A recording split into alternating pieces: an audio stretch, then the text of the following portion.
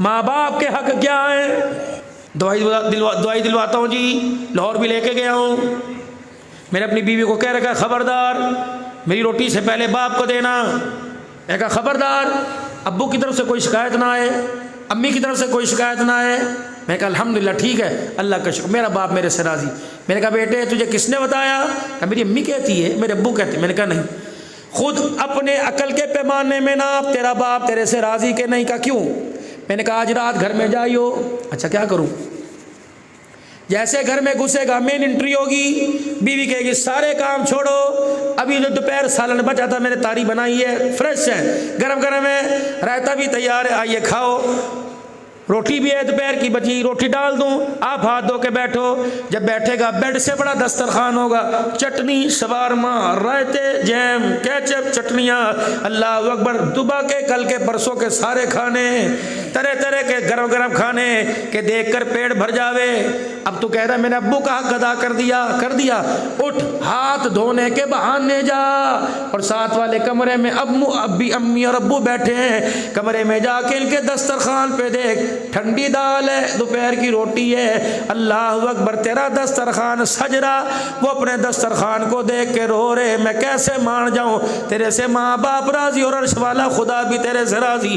چاہیے تو یہ تھا اس دسترخوان پر اپنی ماں باپ کا ہاتھ پکڑ کر لا کر بٹھاتا، کہتا امی تو نے کھایا میں نے کھایا، ابو تو نے کھایا میں نے کھایا، ماں تجھے نہیں، ماں اپنے آپ کو نہیں، ماں تجھے لقمہ کھاتی دیکھتی، ماں کا ہاتھ ٹھرتا، آسمان کی طرف دیکھ کر آنکھوں میں پانی آتا، ہمیشہ ہمیشہ کے لیے بچوں سے عرش والا راضی ہو جاتا۔ یہ ناراض ہے کہ راضی؟ آخری بات آج کے جمعے کی، وقت زیادہ ہو رہا ہے میرے عزیزوں، لئیے کے اندر بھی دستور ہے کیا؟ عبد الحنان صاحب ہمارے علاقے کے اندر بہت بڑے ذمہ دار فوت ہو گئے، اہل خانہ کی خواہش ہے کہ آپ ہی تشریف لے کے آئیں۔ اچھا جی حضرت آپ پریشان لو، کرایہ آپ کو پورا ملے گا، میں پتہ ہے پیٹرول بڑھ گیا، کھانا کیا کھائیں گے، فلانا فلانا فلانا۔ اچھا تشریف لے آئے، 1 گھنٹہ بیان کیا، روئے دھوئے، جب دعا کا وقت آیا، حضرت دستار کر دیں، حضرت پکڑی باندھ دیں، کون ہے؟ یہ مرنے والے کا بڑا بیٹا، مجھے تو اس گناہ سے دور رکھو، کوئی اس کے اندر شریعت کی حیثیت نہیں، ایک رسم ہے تاکہ دنیا والوں کو پتہ لگ جائے خاندان کا بڑا، اس گھر کا بڑا یہ، اب یہ ویسے میں نے کہا بھائی زبیر تو باندھ، فاروق عبداللہ تو باندھ، مجھے تو اس سے دور رکھ، اگر میرے سے بدواتا ہے تو مجھے اس سے کچھ پوچھنا ہے، یہ پگڑی نہیں، اگر اپنے سوالوں میں کامیاب ہو گیا، یہ پگڑی نہیں، یہ اپنے سر سے اتار کے باندھوں گا، کیا کامیاب؟ میں نے کہا بیٹے مجھے بتا، باپ تیرا مرا تھا یا میرا مرا تھا؟ کہ جی میرا۔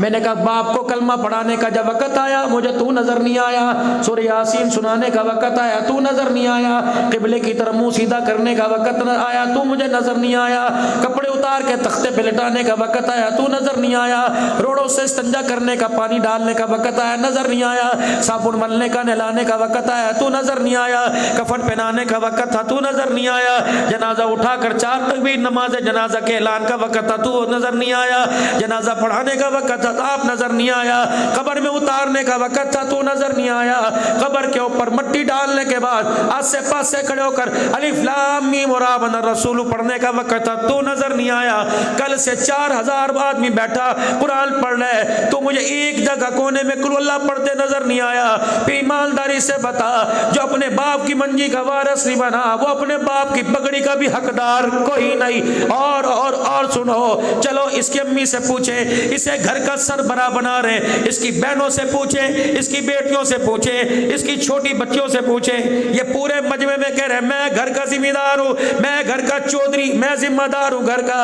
اے بیٹیوں بناؤ۔ امی کہنے لگی اس کو باندھ رہے، اے میرے ویر، اے عبد الحنان سن لے۔ میں نے کہا جی امی جی آپ بتاؤ، کہ بیٹے اس کو پگڑی باندھ رہے، تیرے ساتھ رویہ کیسا ہے، بہنوں کے ساتھ کیسا ہے؟ کہ بس جانے دے۔ میں نے کہا نہیں امی بتا، بہت بڑی ذمہ داری ہے، قیامت کے نہیں ہاتھ بولیں گے حلال پہنائی تھی حرام پہنائی تھی، نانا بیٹے جانے دے۔ میں نے کہا بتا، کہ بس روٹی کا گیلا نہیں، اللہ اکبر، اور گیلا میرا کھانے پینے کا نہیں۔ کل 4 دن پہلے میرے پاس بیٹھا، رات کو آیا، میں نے کہا ادھر بات سنیو، تو اس نے زور سے کہا تھا کوئی نئی فرمائش تیار ہوگی؟ میں کہا نہ بیٹے نہ، صبح دیے پرچی دوائی لے آؤں گا۔ میں نے کہا نہیں ضرورت اس کی بھی، ہاں دودھ والا بیٹے وہ بھی کوئی نہیں آیا، بیٹھ تو صحیح، او میرے لال بیٹھ تو صحیح، او میرے بچے بیٹھ تو صحیح، امی تھکا ہوں صبح بعد، بیٹے بیٹھ گیا۔ بیٹے تیرا باپ بیمار ہے، اس کی ساسوں کا پتہ کوئی نہیں، آج تیری بہن کے سسرال والے آئے تھے، چائے پانی ہم نے کر دیا تھا، وہ جاتے ہوئے کہہ کے گئے کہ چاچا جی کی آنکھ بند ہونے سے پہلے بیٹی کو ان کے سامنے دلہن بنا دو، کیا پتہ کب اٹھ جائے۔ تو بیٹے میری خواہش ہے چل میرے کنگن پڑے یہ لے لے، کچھ جمع جوڑی تیرے پاس ہوگی، بیٹی کو ڈولی میں بہن کو بٹھا دے۔ پتہ ہے مولوی صاحب میں پگڑی باندھنے سے منع نہیں کرتی۔ اس نے مجھے یوں گھر کے دیکھا، ایسا گھورا میں جسم کانپنے لگ گیا، اور یہ پتہ اٹھ کے گیا۔ اس نے کہا تھا جس مصیبت جان نہیں چھٹی، نبی مصیبت کھڑی ہو گئی، اب تیری مرضی تو اس پہ پگڑی باندھ دے یا ہمیں ہارے ہاتھوں میں ہتھکڑی باندھ دے۔ بہنوں سے جا کے پوچھو، بیٹیوں سے جا کے پوچھو، یہ وہی بھائی ہے جو آج پنچایت میں پگڑی بندھوا رہا ہے، یہ وہی بھائی ہے جس نے کہا باپ مر گیا 7 مہینے دے کے چلا گیا، کاش ایک بھائی ہوتا۔ امی ان کو جب میں روٹی کھایا کروں میرے سامنے نہ آیا کرے، میرا خون کھولتا ہے۔ جو باپ کی زندگی میں بیٹیوں کو دیکھ کر منہ پھیرے، وہ مرنے کے بعد کیا کرے؟ تم ان کو پگڑی بندھواتے ہو۔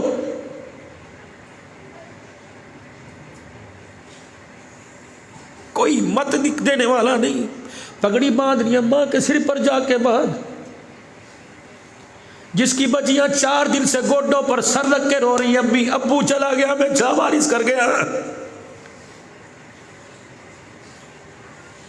جس کی بیوہ بیٹی اپنی ماں کے سینے کے ساتھ لگ کے رو رہی ہے، ابو تھا چپکے سے جیب میں پیسے ڈال دے کرے تھا، ابو تھا چپکے سے پیسے دیتا، اماں اس سے تو روٹی کی امید نہیں، پتہ نہیں گھر میں رکھے گا بھی نہیں رکھے گا، اس پہ پگڑی باندھ رہے ہو۔